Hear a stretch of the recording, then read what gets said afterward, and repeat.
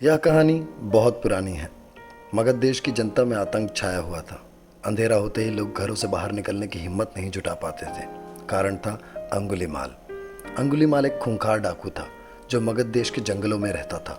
जो भी राहगीर उस जंगल से गुजरता था वह उसे रास्ते में लूट लेता था और उसे मारकर उसकी एक उंगली काटकर माला के रूप में अपने गले में पहन लेता था। इसी कारण से लोग उसे अंगुलीमाल कहते थे। एक दिन उस गांव में महात्मा बुद्ध आए। लोगों ने उनका खूब स्वागत सत्कार किया। महात्मा बुद्ध ने देखा कि वहाँ के लोग बहुत डरे सहमे हुए थे। महात्मा बुद्ध ने लोगों से इसका कारण जानना चाहा। लोगों ने बताया कि इस डर और आतंक का कारण है डाकू अंगुलीमाल। वह निरपराध राहगीरों की हत्या कर देता है। महात्मा बुद्ध ने मन में निश्चय किया कि उस डाकू से वे अवश्य मिलना चाहेंगे। बुद्ध जंगल की तरफ जाने को तैयार हो गए तो गांव वालों उन्होंने बहुत रोका, क्योंकि वे जानते थे कि अंगुलीमाल के सामने से बच पाना मुश्किल नहीं, असंभव है। लेकिन भगवान बुद्ध अत्यंत शांत भाव से जंगल की तरफ चले जा रहे थे। तभी पीछे से एक कर्कश आवाज कानों में पड़ी, ठहर जा, कहाँ जा रहा है। महात्मा बुद्ध ऐसे चलते जा रहे थे जैसे उन्होंने कुछ सुना ही ना हो। पीछे से जोर जोर से आवाज आई, मैं कहता हूँ ठहर जा। महात्मा बुद्ध रुक गए और पीछे पलट कर देखा तो सामने एक खूंखार काला व्यक्ति खड़ा था। लंबा चौड़ा शरीर, बड़े हुए बाल, एकदम काला रंग, लंबे लंबे नाखून, लाल लाल आंखें, हाथ में तलवार लिए वह महात्मा बुद्ध को घूर रहा था। उसके गले में उंगलियों की माला लटक रही थी। वह बहुत ही डरावना लग रहा था। भगवान बुद्ध शांत स्वर में बोले, मैं तो ठहर गया, भला तू कब ठहरेगा। अंगुलीमाल ने भगवान बुद्ध के चेहरे की ओर देखा। उनके चेहरे पर बिल्कुल भय नहीं था, जबकि जिन लोगों को वह रोकता था वे भय से थरथर कांपने लगते थे। अंगुलीमाल बोला, हे सन्यासी, क्या तुम्हें डर नहीं लग रहा? देखो, मैंने कितने लोगों को मारकर उनकी उंगलियों की माला धारण कर रखी है। भगवान बुद्ध बोले, तुमसे क्या डरना? डरना है तो उससे डरो जो सचमुच ताकतवर है। अंगुलीमाल जोर से हंसा, हे साधु, तुम समझते हो कि मैं ताकतवर नहीं? मैं एक बार में 10-10 लोगों के सर काट सकता हूँ।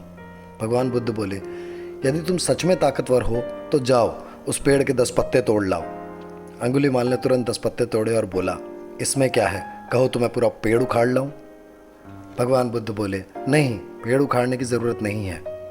अब यदि तुम सच में ताकतवर हो तो जाओ, इन पत्तियों को वापस जोड़ दो। अंगुलीमाल क्रोधित हो गया, बोला, भला कहीं टूटे पत्ते भी जुड़ सकते हैं? महात्मा बुद्ध ने कहा, तुम जिस चीज को जोड़ नहीं सकते उसे तोड़ने का अधिकार तुम्हें किसने दिया? एक आदमी का सिर जोड़ नहीं सकते तो उसको काटने में क्या बहादुरी है? अंगुलीमाल अवाक रह गया। वह महात्मा बुद्ध की बातों को सुनता रहा। एक अनजानी शक्ति ने उसके हृदय को बदल दिया। उसे लगा कि सचमुच उसमें कोई ताकत नहीं। उसे आत्मग्लानि होने लगी।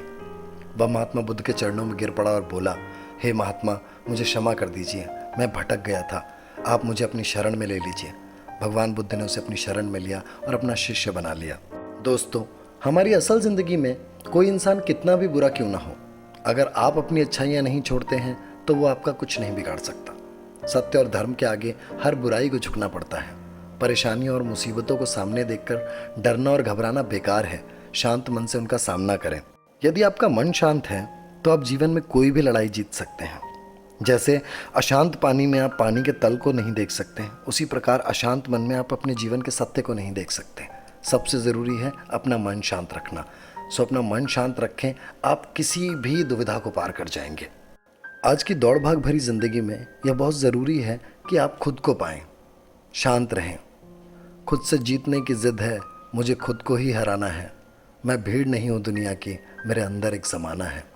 आशा करता हूँ ये कहानी आपके जीवन में कोई भूमिका निभा पाए। आप देख रहे हैं निश्वसिता।